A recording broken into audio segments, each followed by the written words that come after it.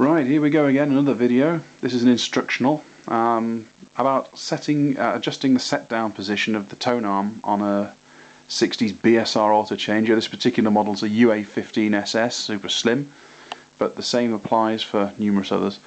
This is one I'm halfway through restoring, so it's not working at its best yet, but this at least will give you an idea of a very, very important adjustment, because if the arm doesn't land in the right place, it can land on the turntable mat, and which can of course damage the stylus. So it's important that this is done as early as possible, so that you can save yourself having to buy a new stylus. Anyway, I'm going to try and run it through its paces on a 7-inch record, so I can show you the actual fault. There we go, drops it down.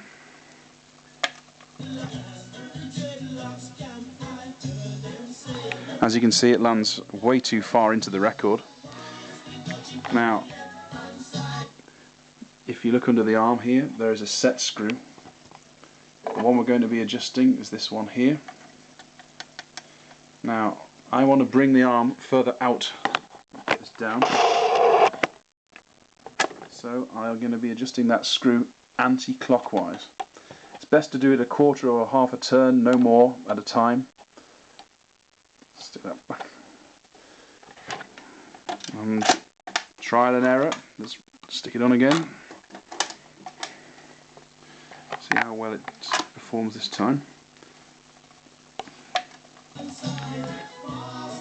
Better, but still not quite right. So I'm going to get my screwdriver out again and tweak it another quarter of a turn outwards, anti-clockwise.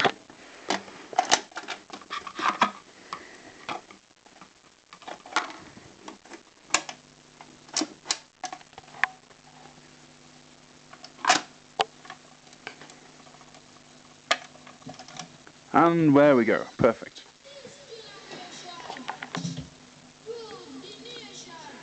Sometimes you may get the opposite effect, which is more damaging, where the stylus drops onto the rubber mat, in which case you would then need to adjust that same set screw in a clockwise direction to bring it in. Whatever you do, don't touch any of the other things, especially this here. This disassembles the whole arm. It's under spring tension as well. There's another spring here which is used to set the downforce, the tracking weight, which would be hard to reset if you don't have a stylus pressure gauge. So again, leave it be. If you don't need to twiddle it, don't do it. You can easily make things a whole lot worse. While you're looking at these decks, it's a good idea, especially if the speed change is sluggish, to clean off all the old hard brown grease. Okay, and the mechanism below. Just put that down. As you can see, this one is particularly bad. I did clean it up slightly, but still nowhere near perfect. Move that around.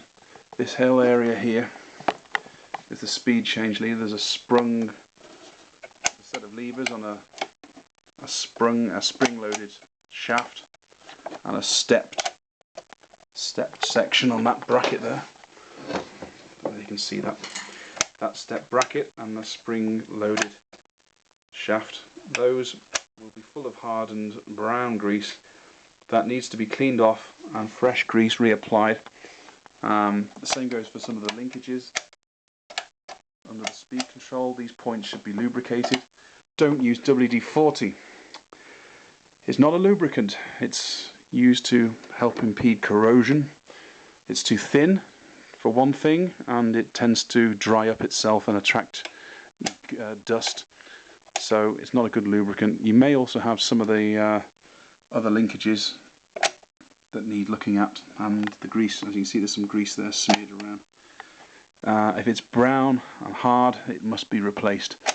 Apart from that, there's not a great deal else. I mean, the motors as well. Sometimes the motors, if it runs slowly, this bracket here can come off, and this bottom bearing can be cleaned out and re-lubricated with sewing machine oil, something fine.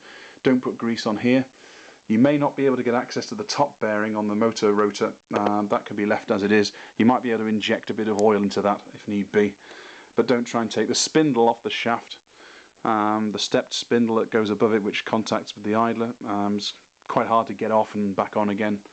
Best not to complicate matters unnecessarily. Just lubricate the bottom bearing if your motor's going slow. Anyway, that concludes today's video. Hope it's been useful. See you again soon.